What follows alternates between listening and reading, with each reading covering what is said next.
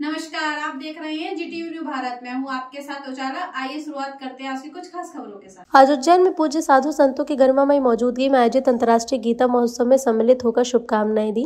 भगवान श्री कृष्ण जनतंत्र और गणतंत्र के नायक, उन्होंने कर्म और धर्म के मार्गों को सर्वोपरि रखा। आदरणीय पीएम मोदी के नेतृत्व में लागू की गई राष्ट्रीय शिक्षा नीति 2020 ने भारतीय ज्ञान परंपरा को विस्तार दिया। गर्व है कि इस कड़ी में हमने शिक्षा पाठ्यक्रम में श्रीमद् भगवत गीता जी को स्थान दिया। भगवान श्री कृष्ण का जीवन सदैव हमें प्रेरणा देता है। उज्जैन का सांदीपनि आश्रम अद्भुत है। भगवान श्री कृष्ण ने यहाँ कर शिक्षा ग्रहण की। पवित्र गीता अद्भुत ग्रंथ है। यशस्वी प्रधानमंत्री नरेंद्र मोदी जी के नेतृत्व में लागू की गई शिक्षा नीति में गीता के ज्ञान को महत्व दिया गया। गीता के पाठ हमें जीवन जीने की कला सिखाते हैं। भक्ति योग, कर्म योग और ज्ञान योग का सार गीता में है। भगवान कृष्ण के जन्म के साथ कंस को मारने के बाद भगवान ने शिक्षा ग्रहण करने के लिए उज्जैनी की तरफ कदम बढ़ाए और यहाँ का सांदीपनि आश्रम एक अलग प्रकार के आनंद में भर गया। वो एहसास उस काल के लिए भी हमारे लिए गौरवान्वित करने वाला है, जब अमीर गरीब सबके लिए हमारे आश्रम खुले होते, सबको समान रूप से शिक्षा मिलती, तो एक अलौकिक व्यक्तित्व और एक बहुत अलग प्रकार के घटनाक्रम से निकल के आने वाले भगवान कृष्ण बलराम, वो भी शिक्षा पा रहे हैं।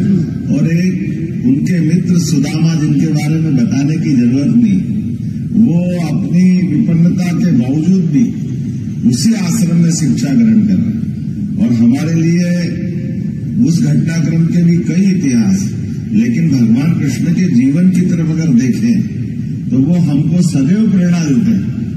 कंस को मारने के बाद कुर्सी के बजाय पढ़ने को महत्व देना, ये हमारे विद्यार्थियों के लिए, सबके लिए जीवन में सबक कि वो न केवल शिक्षा के प्रति अपना भाव बढ़ाते हैं, बल्कि एक तरह से जब शिक्षा दिखती है तो कुर्सी भी तैयार थी, सिंहासन भी तैयार थी। वो कंस का राज्य भी छोटा मोटा नहीं था, लेकिन कुर्सी पे न बैठते हुए शिक्षा की महत्ता क्या है, और ये बता भी दिया उज्जैनी ने कि जब वो शिक्षा ग्रहण करने आए तो उज्जैन का विद्यार्थी एक आश्रम से, आचार्य सांदीपनि से शिक्षा ग्रहण करते हुए किस प्रकार का व्यक्तित्व दुनिया देखती है। और आचार्य सांदीपनि के शब्दों में कृष्ण वंदे जगत गुरु, अपने शिष्य को अपने सामने आचार्य के रूप में देखना, जगत गुरु की पदवी देना, ये केवल उज्जैन में सांदीपनि ऋषि कर सकते हैं, आचार्य कर सकते हैं।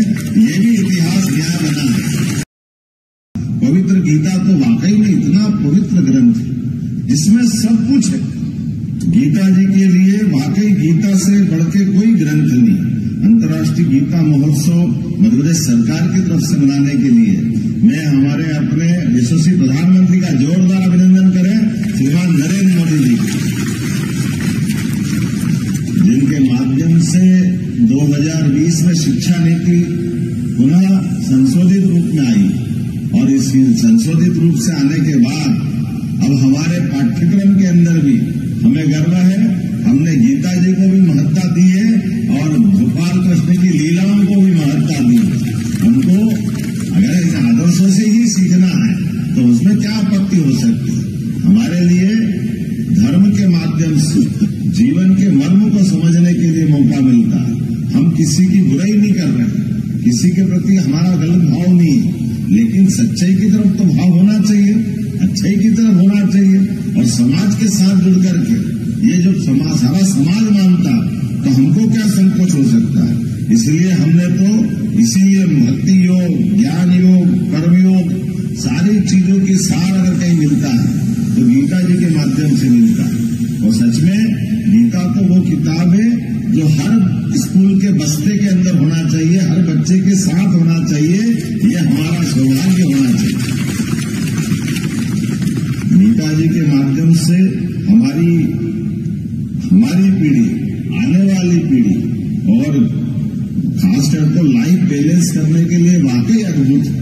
जितना प्रैक्टिकल ज्ञान गीता जी देती है, कितना सुंदर वर्णन है। और ये 15वां अध्याय जिसका पारायण होगा, इसको तो पुरुषोत्तम योग कहा गया है। गीता जयंती के साथ हमने तय किया कि हर नगर निगम, नगर पालिका